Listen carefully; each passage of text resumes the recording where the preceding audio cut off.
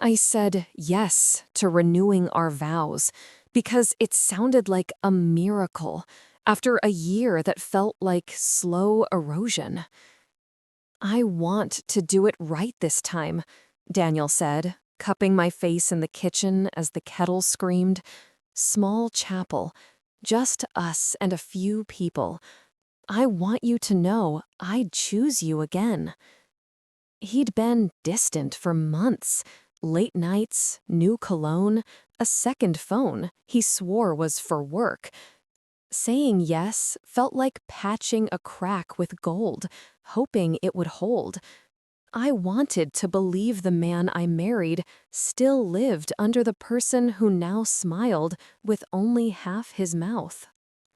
The first red flag wasn't even red. It was white gold to be exact. I found the receipt for a ring from a jeweler I didn't recognize, tucked into the pocket of his gym hoodie, the one he wore to night workouts. The second was a recurring charge on our joint card, a small monthly fee to the county clerk's records access. When I asked, he said he'd signed up to pull property documents for an investment idea. I nodded, because wives are taught to choose peace. The third flag ruined peace for me forever. Our printer whirred to life at 2 a.m., and a page popped out, half printed, half smudged. I pulled it free before he woke. It was a marriage certificate. Not ours. His name. Another woman's. Dated 6 months ago in a neighboring county. I read it again on the bathroom floor. Cold tiles biting my legs, the room buzzing like the fluorescent light above the mirror. My reflection looked like a stranger trying to memorize my face in an emergency. I know what I should have done, packed a bag, called a lawyer, and left. But shock is sticky. It glued me to our life, to our bed, to the idea that maybe there was some bizarre explanation. And then something meaner than fear took hold. I wanted him to explain himself under oath, if not in court, then somewhere. I wanted the truth to stand up and show its face. So I did all the boring, practical things. I printed 3 certified copies of the certificate. I called the county clerk to verify it. They did. I called a friend who's a cop and asked what, if anything, could be done when bigamy is involved. If he's legally married to 2 people, that's a crime, she said carefully. But you need solid proof.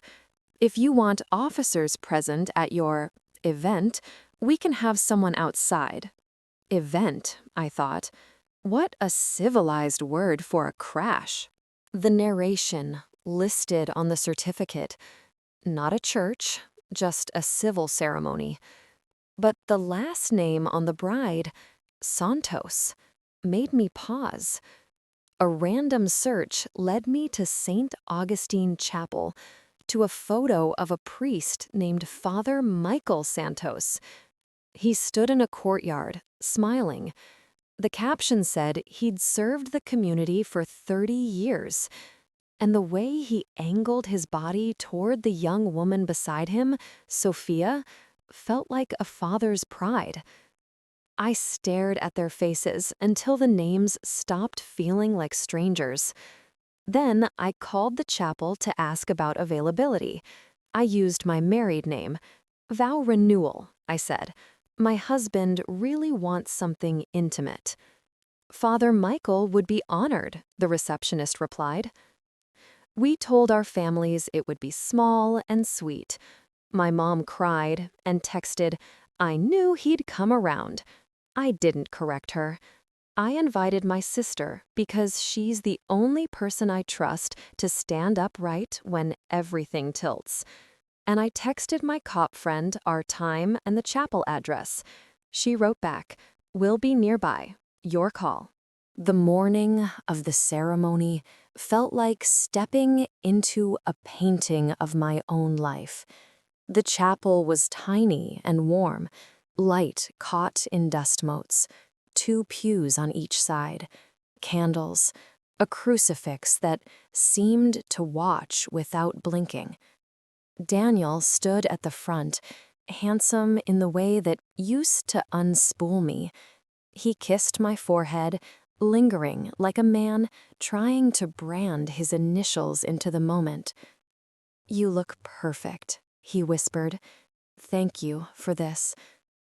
"Thank you for planning it," I replied, tasting metal in my mouth. Our families shuffled in, coats whispering. My sister slid her hand into mine. "You okay?" she murmured. "Ask me in an hour." The side door opened, and the priest entered, robes brushing the aisle, an old softness about him. Father Michael looked like every good memory of church I'd ever had. Kind eyes, gentle hands. He smiled at me, then turned to Daniel, and the smile fell like it had been cut from his face with scissors. He froze. His eyes flew wide in a way that didn't match the calm of his body. The color rose in his cheeks, then drained so quickly I thought he might faint. He stepped closer to Daniel until they were almost nose to nose. "Daniel," he said, voice low and thundered. Daniel's mouth twitched. "Father, I don't think we've met." The priest's hand shook as he pointed. He didn't yell. He detonated. "You married my daughter." The room inhaled and didn't let it out. My mother gasped. My sister's fingers dug crescents into my palm. Daniel's jaw opened and shut like a fish flung onto a dock. "I don't know what you've heard," he started. Father Michael turned to me, tears blanching his eyes. "Ma'am, I'm so—" His voice broke. "6 months ago. His name is on her certificate. Sophia Santos. My daughter." He didn't have to say the rest. I had it all printed. I felt my body move before my mind caught up. I reached into my tote, pulled the folder free, and walked to the front like a person crossing a finish line they never trained for. I laid the papers on the altar like offerings no one wanted. "Marriage certificate," I said, voice steady. "To Sophia Santos, dated March 18th. This," I pulled another document, "is mine, dated June 4 years ago." Daniel's face collapsed into something ugly. "Emma, please, we can talk about this." I turned to the back of the chapel and lifted my hand. The door opened. 2 officers stepped inside, polite but unmistakably official. The shuffle of uniforms in a sacred space made my stomach flip. Behind them, the receptionist appeared, eyes wide, whispering into her phone. And then, the second door swung open on its hinges, and the collision became real. A young woman rushed in, cheeks flushed from the cold, dark hair pulled back in a loose clip. She looked from her father to the altar, to me, to Daniel. Her eyes found his and went wide with recognition, then horror, then a pain so specific I felt it hit my own chest. "Sophia," Father Michael said, halfway between stern and shielded. "Stay here." She ignored him and walked straight to Daniel. "You told me you were divorced." Daniel raised his hands like he could hold the story still. I was going to what?" I asked. "Renew vows with me and then divorce whichever one of us didn't look as good in photos?" My mother started crying softly. My father stood, fists flexing and relaxing, like he was sanding down anger with his palms. My sister leaned forward, eyes on Sophia. "Did you know?" she asked, not unkindly. Sophia shook her head, tears pressing against her lashes. "He said his first marriage was over. They were just waiting on paperwork. He said we needed to keep it quiet because his ex was unstable." She looked at me with a sincerity I hated and admired all at once. "I'm sorry." "Ladies," one officer said quietly, "we need to separate a bit while we sort this." Father Michael turned back to Daniel, and when he spoke again, his voice was quiet, dangerous. "You stood in front of a judge and promised my daughter the truth. You stand in front of God now and lie to this woman again in my chapel?" The narration pressed his hands together, like prayer was a rope he could climb out on. "I was going to fix it," he said, and the words sounded brittle. "Emma, please, we can go home. We don't have to do this here." I thought of my kitchen, our bed, the calendar with a shared last name scrawled across dentist appointments and oil changes. I thought of the months I'd spent rationalizing the feeling that someone was switching out pieces of my life while I slept. "No," I said. "Here is where this belongs." The officers stepped forward. My friend, now in uniform, met my eyes and gave the smallest nod, a confirmation that I wasn't imagining this into being. They asked Daniel to step aside, to answer a few questions. He went, sputtering, promising he could explain. The law is slow and procedural. It doesn't care about the poetry of a moment. But watching him reduced to paperwork and straight facts felt like the first honest thing that had touched our marriage in a long time. The chapel melted into small groups. My mother and Sophia stood together awkwardly, two women stitched together by a man's bad decisions. Father Michael sat on the front pew, head in his hands, shoulders shaking. I went to him because grief recognizes grief. "I didn't know," he whispered. "I would never have." "I know," I said. "I didn't know either." He lifted his head, eyes red. "She's a good girl." She believed him. "I did too," I said, and there was no condemnation in it, just the exhaustion of being human.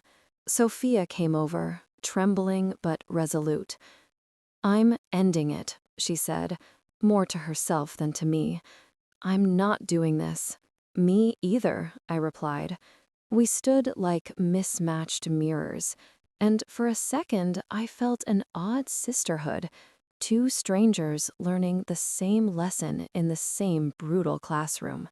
The officers took statements. There were words like bigamy and charge and arraignment that sounded clinical until they landed in my lap. Daniel's mother tried to approach me, lips pinched, eyes pleading. "He made a mistake," she said, as if ordering coffee wrong and marrying two women were cousins. "He made choices," I corrected gently. "So will I." Eventually, everyone left. The chapel fell quiet except for the tick of the old thermostat and the faint echo of my own heartbeat.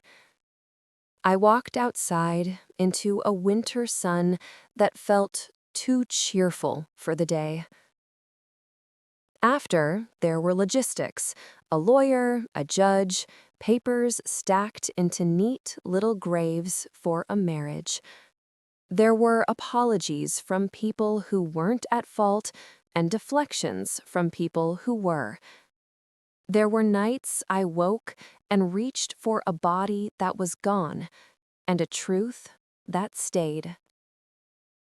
I moved into my sister's spare room for a while.